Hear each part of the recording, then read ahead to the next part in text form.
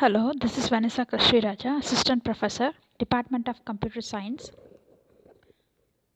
Shakti College of Arts and Science for Women, Vattanjathuram, Dindigul. Today we'll discuss about data integrity. What is data integrity?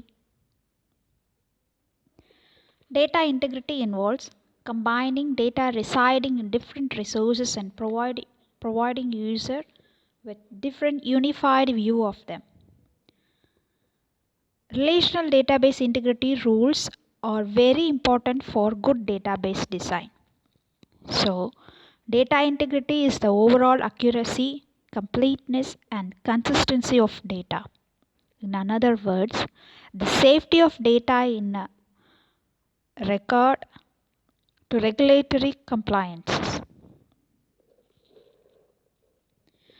Data integrity makes sure truthful, accurate, complete, irrevocable, verifiable data.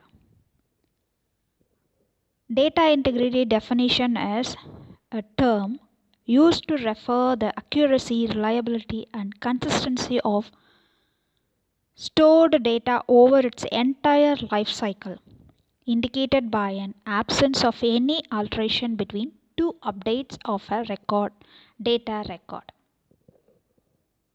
Data integrity has four parts. First one is domain integrity constraint. Next one is entity integrity constraint. Third one is referential integrity constraint.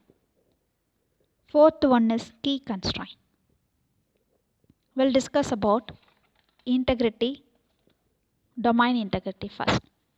A domain is defined as a set of all unique values that can be allowed for an attribute. So, domain integrity refers to the range of values that are going to accept and stored in a particular column within a database. The data types available are mainly integer, text, date, etc. Here I displayed a table. Employee ID, name, salary, ages are its attributes. Here the last record, Anamika record, the salary is its combination of numbers and characters, which is prohibited because salary will come under only integer. This kind of scenario is called domain integrity.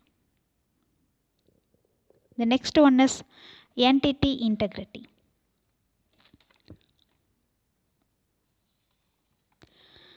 All primary keys are unique and no part of a primary key may be null. In integrity, each row will have a unique identity and foreign key values can properly reference primary key values. The first point for entity integrity is each row for an entity in a table should be uniquely identified. This is done with the help of primary keys.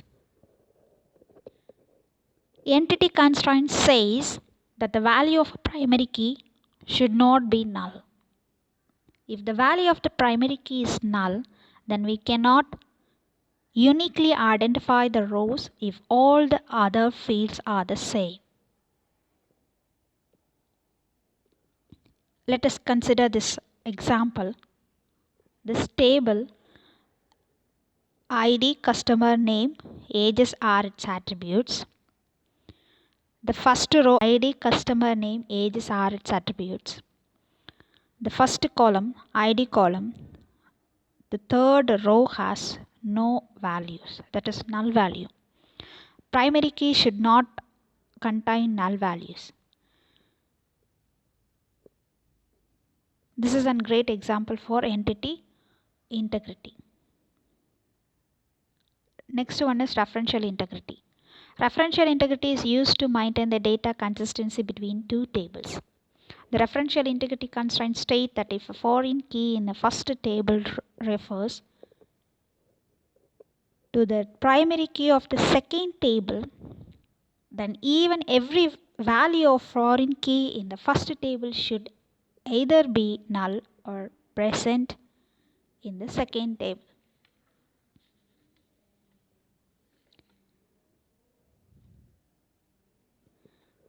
In relationship, data is linked between two or more tables. This is achieved by having a foreign key reference, a primary key. We need to ensure that the data on both sides of the relationship remain intact. So whenever a foreign key value is used, it must reference a valid existing primary key in the present table. Here, let us discuss about this example. Table 1 and table 2 are present here. Table 1, D number is a foreign key for table 1 and the same D number is a primary key for table 2. In this first table, the primary key of the second table is a foreign key, acting as a foreign key for this table 1. User defined integrity. The user defined integrity is a typical implemented though triggers and stored procedures. Triggers are a block of statement which execute automatically if any predefined events occur. Thank you.